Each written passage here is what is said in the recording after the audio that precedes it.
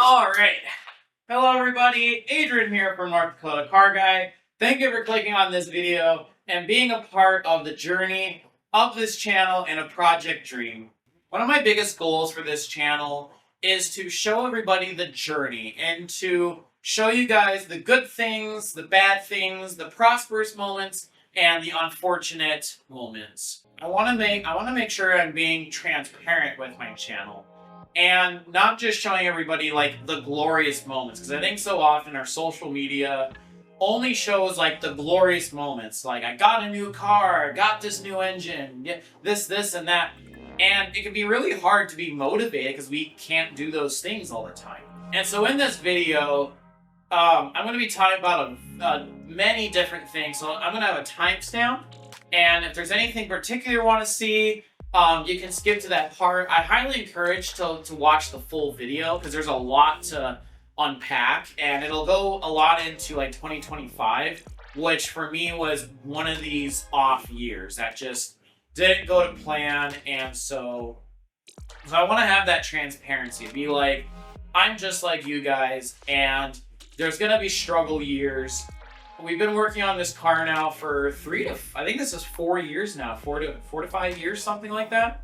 And we're like just now tapping into like new possibilities, new place once again. So I really encourage you guys to watch the full video. But if there's a specific part, you can skip to that. And if you have any other questions, I'll do my best to answer them in the comments below. So the many different things I'm going to be talking about is starting with 2024. How did 2024 go? What videos are there going to be posted about it? The story of 2025. I'm going to break 2025 into 2 parts. I'm going to be talking about like what happened in my personal life and then what happened about the car. And then I'm going to go into like fall 2025 and 2026 and the plan moving forward, because I've got some like exciting news. We got the turbo sitting here, motor's already out of the car. So there's a lot of like crazy plans I have going on. So first off, talking about 2024. In 2024, we did 4 events. We did DTP1, DTP3, Autocross, and DTP5. Now, DTP1 is already out on YouTube. Autocross is out on YouTube. And then DTP3, I really want to like put my heart and soul in the video because it was one of the best events like I think I've ever had yet. And then I'm trying to figure out how I want to do DTP5 because we made technically like the most events that year than I'd ever done before, which is a great success. And so in DTP5, I was in a committed relationship. And so I don't know how I want to do that video considering the fact that she's in it and a lot of clips. Because I still want to make that video because it is part of the journey of the car. And it actually wasn't as good of an event as I would have liked it to be.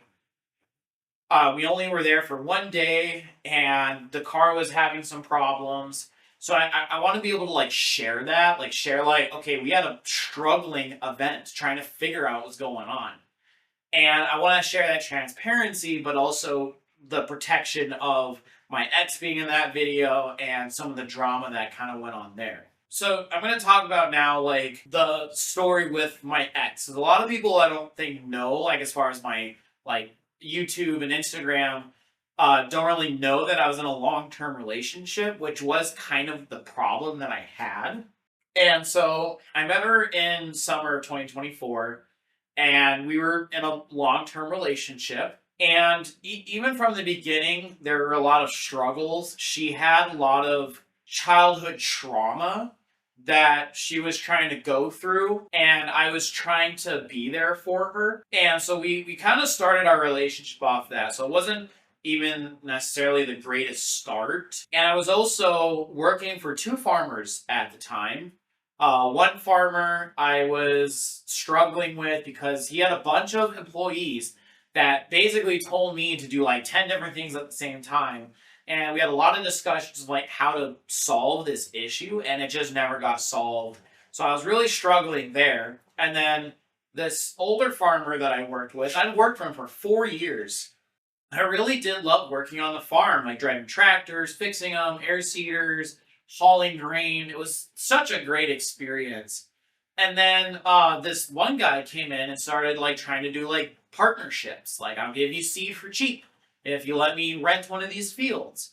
And so he really started like weeding his way into the farm, which put me like right in the middle of like, okay, am I listening to my boss that's been my boss for 4 years, or this new guy that's coming in? Because the new guy started bossing me around, and I'm like, you're not paying my checks, so like, what's the situation here? And the writing was on the wall. Like, it wasn't getting, both situations at both jobs were just not getting better. And so my ex was like, why don't you come move in with her and her dad to this business that he had? And it was a car flipping business where he would buy cars off an auction and then we'd bring them back and we'd fix them. And I was very hesitant because like, one of my strongest beliefs is like, you should wait till marriage to move in together. And so we were not married, thankfully. I was like very on the fence about this. I didn't like it, but I also knew that working on the farm wasn't gonna go well either. Because if I quit one of the jobs, or if I left one of the other jobs, then I would not make enough to continue doing all the stuff and affording like healthcare. And then I'm trying to support my ex on top of that. So I was like, all right, like, fine, we'll do it. And I was very on the fence about it. Now, strongly regret doing, like, I should have trusted my gut, and that's something that I had to learn the hard way. And so with this business with her and her dad, it wasn't even great either, because her and her dad was having a lot of hardship in their relationship. So I was basically becoming this like therapist for their relationship and her past trauma. I was really put in this awkward situation, and she would end up lashing out at me a lot, just like really negatively affecting me. I started getting really depressed. And then her dad just wasn't running the business very good. I did my best job I could on all the vehicles. We put like new turbo on, LS rebuild. Just because I know how to do that does not mean I'm putting an LS in the FC, so don't even ask. Doing transmission swaps. And so like we did a good job on our vehicles, but they just weren't selling as quickly as we would have liked. I kept buying cars, and I kept warning them, like, can't keep buying cars because like you're paying me and nobody's buying the cars, like we're gonna go out of business. And then he went and bought a semi. So then that business fell under, and he basically told me, like, one day I was like working, he's like, yeah, I can't guarantee your next paycheck. It's like, by law I have to tell you. And I'm like, well, so you're basically telling me that you're letting me go? And he's like, yeah, basically. So that put a lot of awkward tension on all three of us. And so I ended up working for a different car shop, and it started off really good. They're like, we're gonna make you a technician, we're gonna do all this stuff. I was taking like snap-on classes for scoping and diagnostic vehicles. And so, but they didn't train me on anything. And so 3 months in, I was only cleaning the shop. I was basically a shop rat. And so then they put me into this different location, and they're like, all right, here you go, work on cars for 2.5 weeks. And I had no training whatsoever on any of their like programs of like buying parts and making estimates. I had to learn everything super quick, and all I had was this little tool chest behind me. But I was meeting their mark. I was getting like some jobs under the hours, some jobs over. So you always want to be under when you're doing automotive repair. You want to do it in the least amount of time as possible. So I was kind of like, horse piece. Some jobs good, some jobs not so good. But I was well qualified to be my own auto tech. So I moved back up after being there for 2.5 weeks, and they were like really impressed. I'm like, wow, you did such a great job. Like, we're so impressed by you. And I'm like, okay, well, that's good. Like, make me a tech. And they're like, we'll see. And so that went along for another month, and there was a lot of tension where I'm like, I'm only getting paid $18 an hour. I then had to move back to my parents' place along with my ex, because her dad had to get rid of the shops, because we were also living in a shop at the time when we were doing this business, and it was probably some of the worst days of my life. And yeah, so I'm like driving all these way to this totally different town to just to work there for 18 bucks an hour. And yeah, it was not a good environment. And yeah, it got to the point where then I caught them wanting to use used timing chains that were on a broken car and put them on a different customer's car for a different time. And I was like, I don't agree with this. I don't like this. And it turned into this whole fight. They're like, oh, you think you know more than us? And I'm like, I'm just voicing my concerns. And yeah, it led to this whole fight. And then he like, do this job, do it under the book hours, and we'll make you a tech. I did it, and then he sabotaged my job. He like told the customer I didn't do it correctly when I did. And the other techs confirmed. They're like, yeah, what you did was correct. He went and like overtimed some lug nuts and yada yada yada. Made it this whole deal. So I'm like, you know what? I'm putting in my 3 weeks, and I'm out. And then about 3 to 2 days into that, they let me go. And so that was also a really hard time. So then I was on the hunt for jobs. And while this is going on, like my relationship with my ex is not going good.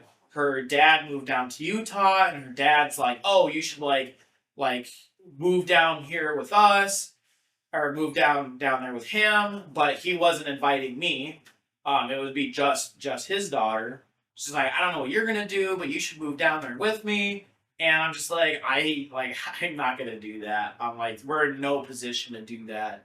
And it led to a lot of like big fights. Like she was like, I'm not supporting her, and just using a lot of her past drama as excuses for lashing out. And she's like, just so stressful. And I'm like, well, I'm stressed too, but I'm not yelling at you. And yeah, so it's just like it was a very unhealthy situation. I was very depressed. I got into a deep depression during that time, and I wasn't even going to church. Like she was like, "No, just stay here with me." So like she wouldn't like she encouraged me not to go to church, and so I was falling away from that. And so it was just a very dark period in my life. And so I told her, I'm like, I think you need to figure out what you want. Because right now, like, I'm being pulled away from the RX-7. I'm being pulled away from myself. I'm being pulled away from my family. And I was like, I think you just need to spend some time to think about what you want. And she viewed that as me like breaking up with her. I'm like, I'm not breaking up with you. I just think you should take a moment to like think about what you want. What do you want in life? So then she made the decision. She on her own. She's like, well, if you're gonna be this way, then I'm leaving. And I'm like, I'm not asking you to leave. I'm just asking you to think about what you want. So she left, and then it was all bad timing because then we had to we were trying to get this apartment, and we had to like sign up 3 months in advance. So then we only had a month left to wait, and then she left, and she's like, and then but then she still wanted to move into this apartment with me, and I'm like, I don't think you should. I'm like, I don't think that's a great idea. So she moved in with some family of hers, and I'm like, why don't you just move down with your dad, and then I'll take control of the apartment. Like you don't have to worry about any of the fees because I pay $1,260 right now for this apartment myself. And I'm like, that's a big chunk of money. It's basically a mortgage, but for an apartment. And so yeah, I was just in a deep depression, and then I also had this cat, Miso, which you guys probably see on Instagram. I had this cat named Miso, and she was just like the cutest little fuzzball, so happy. And then so then my ex came and took her. That was like I couldn't believe it, and she was actually my ESA at one point, so I could get her into the apartment. Like I qualified for ESA. And she came and took her, and I just to this day like can't believe that happened. I've learned to grow. There was a lot of hard nights, like just crying and trying to pray to God, be like, why is this happening? Like where do you want me? Like where's my goal? And yeah, and so that was the fall of 2024. So now the FC in 2024, with moving to a totally different town, away from home, the FC had to stay. There was no room for the FC in this shop since we were working on cars and we were trying to live in it. And it was a terrible experience. So I would have to drive. I'd have to take my tools from work and bring it all the way with me out back to my parents' place. And I tried to work on the FC. And in that time, I did a battery relocation. I installed some breakers with the battery relocation and a cutoff switch. We put in a fuse panel, and then I was also doing a whole wiring harness video for this Microtech ECU that I had. And I had bought this, I think, a year before, or 2 years before, and I just had it sitting, and I just didn't have the money to put it in. And so I was like, okay, I had some savings from the farm, and I'm like, I'm gonna try and like make this work this year. Like I thought this year was the year. And I actually made a channel update video when I was in that shop, talking about trying to get the ECU in and all this stuff. And so I have all these videos about how to install this Microtech. And when the day finally came, I had the wiring harness in, battery relocation, everything was done. Everything was wired. It was good to go. And I wasn't getting crank position sensor. And I'm like, why am I not getting any crank? Because if you don't have crank, your spark plugs won't fire. And I had also put in IGN 1A coils. You know, the whole shebang. And yeah, it didn't work. So I spent a whole month trying to like diagnose it. I'm like trying to figure this all out. And then around that time, when her dad's business failed and I was working for a different place, we moved back to my parents. So then we had to like spend all this money like moving everything back to their place, and we were just living in this little room in their entryway. It was really difficult period. So I'm like relationships not going good, the job's not going as great as I thought, and then my ECU dies. I'm like I couldn't figure out what's going on. So I took it apart and found that a diode had fallen off, and looking at the diagram, it looks like it was a reverse polarity protection that didn't work apparently, because the solenoid is supposed to pop, but the solenoid was still working when we tested the voltage through it. So it was still working, but it just melted right off its point. So I contacted the guy that I bought this from, and I was like, what's the deal? I'm like, did you have to put the battery on backwards? And we had been in contact trying to like figure out why it wasn't working. So I need a different eccentric snap position sensor. Like what do I need? Like what did you have? So we were talking back and forth. As soon as I sent him photos of the inside of this, he just completely ghosted me. And I was like, yeah, he jipped me. Yeah, he never spoke to me again after that. I sent him multiple messages, and yeah, he just completely ghosted me. And then I was talking to Microtech about, I'm like, can we change the solenoid? Can we like reprogram it for a different position sensor? And then they ghosted me as well. And so I was basically stuck. I had nobody to help me with this ECU that I'd just gotten done spending thousands of dollars. I think this was like $550 plus $250 for their little plug-in. And then the wiring harness, like the wiring harness loom, IGN 1A coils. And so yeah, basically all this is now is just wall decor. So then I was really heartbroken. I'm like, I don't have money to get a different ECU. I'm like, I have this whole harness, I have these coils. I didn't know what to do. Because then I had redone my whole wiring harness for this ECU. I didn't know what to do, and my relationship wasn't going good.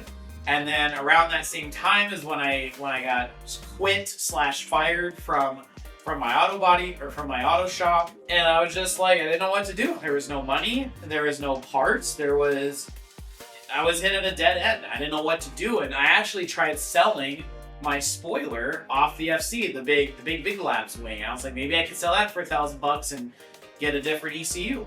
And yeah, and so nobody bought it, thankfully, because I like that wing. And yeah, and so it was just like, I didn't know what to do. And so broke up, and then we moved in with my parents, and then me and my ex, we broke up. and which was honestly a blessing in disguise. Yeah, I was just kind of left. I was left with this apartment and the car and no money. And I was just like, I don't know what to do. And so thankfully in this moment, it gave me an eye opener for being like, all right, what's my goal? What's my purpose? What do I love? And I started going back to church a lot. I was going back to church. I was, starting to on the journey of recovery because I had been in like deep depression. So now this is going to be going into now and the future. But thankfully, I started a new job, and this job, I was being a warehouse associate. So basically, any like concrete structures, construction equipment, we basically supply.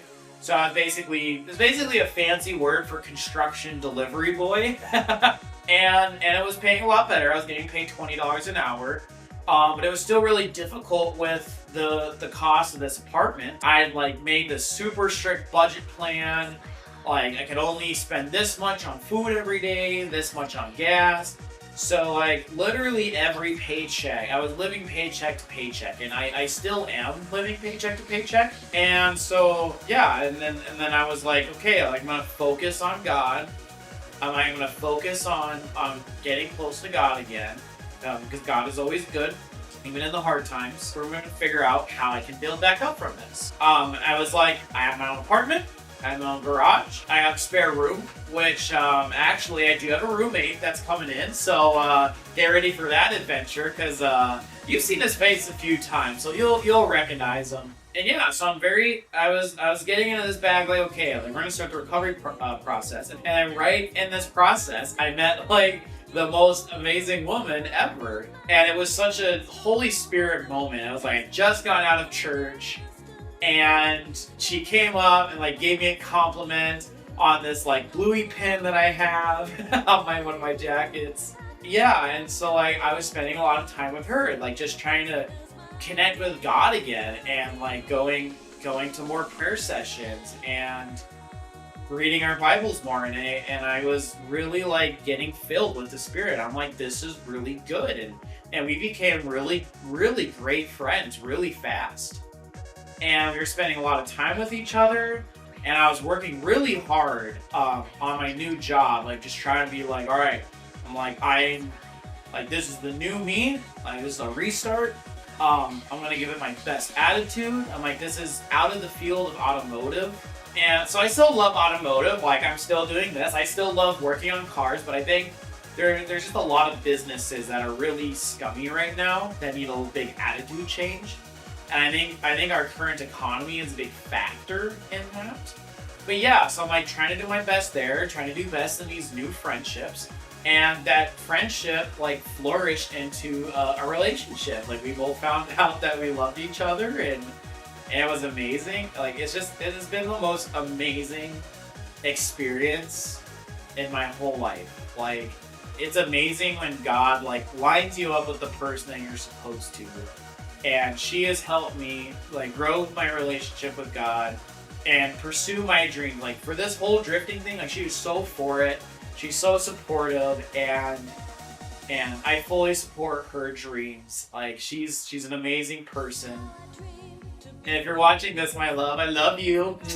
And it's been such a growing experience. And so it really motivated me to be like, okay, what do I need to do to be a better person, better provider for our future family, and pursue also what I feel God's calling me to. And so I just started working really hard at my job. And I made a note to them, because we also have semi-drivers. I'm like, I would like to get my CDL too. Like, that's something I want to do.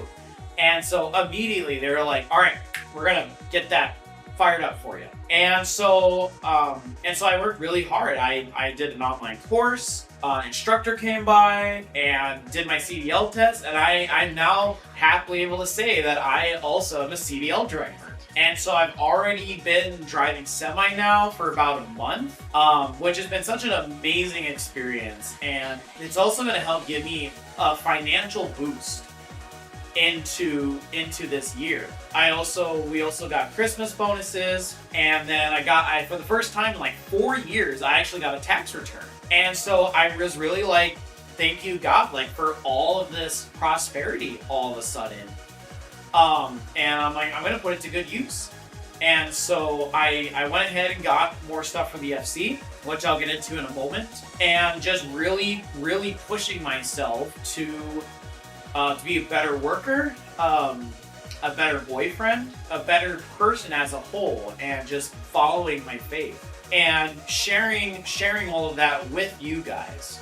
And it's been such an amazing experience.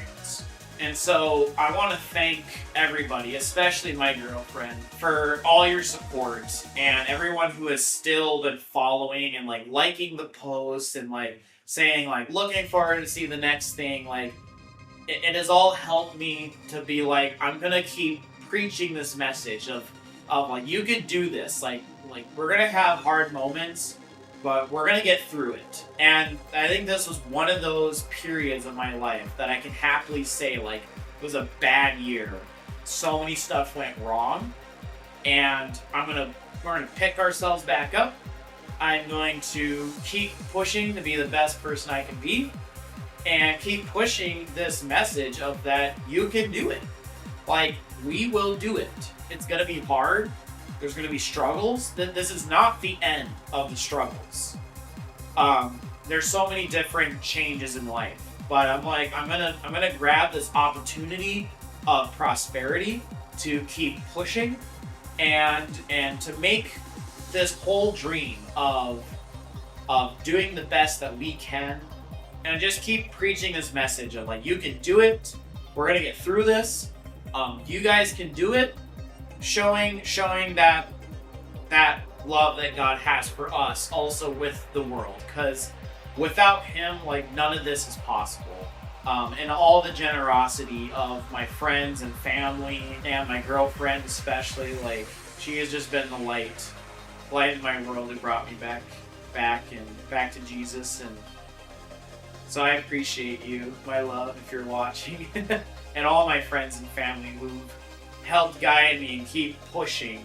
And so I want to give that back. So now I want to talk a little bit about the FC again, into what I've got planned, what I've got going on. And so I think the biggest thing, and probably the most obvious thing, is this guy right here. I'm finally putting the turbo in the FC. I finally, shotgun, like, I finally am like, going for it. Like, we're gonna put this turbo in no matter what. If the car does not get done this year, or even like middle of the year, that's okay, because like we're gonna do a process. I wanted to spend 2024, even though I had the turbo and I had the ECU. I wanted to save a little bit more money and just focus on actually driving the car to figure out what I really wanted to upgrade on it. And so far, the suspension has been amazing in this car. The coilovers, the control arms, everything that we put into this car has just performed beautifully. So now it's finally time to upgrade our engine. And so my goal for the engine is have the turbo on the car. I am not doing a full engine rebuild yet, because that's another another $2,000 into getting like dowel pins, porting, apex seals. So as of right now, the motor itself, like the block and everything, I'm not going to be touching a whole lot of. But we're going to be putting the turbo in. So we're doing a turbo 6-port. And then I was able to get my hand on one of these Apexi AFC tuners. And so what this is a piggyback tuner from the early 2000s by Apexi, and it's basically going to trick our ECU into what our airflow meter is telling it. So we can essentially adjust our fuel mapping off of this. It's a very classic and old style way of tuning, but this is the most affordable way for me to put the turbo on the car while still being safe. Because then I also have a wideband O2 sensor that we're going to be putting in the car. So we'll be basing the tune off of the AFR and then tuning it with this. And so one of the biggest things that we had to do is tear the motor off, because we're going to be putting a new front cover on, for oil dump. And then we're going to be doing a bunch of stuff with the fuel, doing a bunch of electronics. And this should help keep it very budget friendly. I think right now I'm only sitting at about $800, $700. Minus I need a front intercooler and then the turbo that I actually bought 2 years ago for $250. So we're looking at about $1,000. Maybe like 1,500 once all the little things add up. And so I'm really thankful for all the amazing like deals that my friends have given me for some of these parts, and people like being generous to like give their wall pieces. I spent like $210 on this, so still not cheap, but still affordable enough for me to continue this project. And then another thing that I've been upgrading is not just the car, but also our tools and our work. Brendan actually got this green toolbox that he was kind enough to just drop off here. So I did not buy this, full disclaimer, but he's letting me borrow it. We're gonna do some other projects in this garage. It's actually a 2-car garage, so I'm only in like the second half of it right now. And so sharing this garage space is gonna be a big one. And then I also bought a cherry picker, an engine stand, a 6-ton, or was it 12-ton? 6-ton press that's on its way, and a metal breaker that's for that press. So my goal for this year is gonna be get the turbo on the car, in the car, get this area really set up for just working on cars, and I want to be able to like have it open for more people as well. Like if somebody needs something done or like needs a little shop space, I'm like, bring your car over, see if we can make it work. I also want to start making custom parts for the FC as a way to kind of help cover the cost of buying all this stuff. So thankfully, with the small Chris exposed that we got and getting up into my CDL and a tax return, trying to mostly invest it into tools and equipment, and then a bit of it into the RX-7 as well to get it going this year.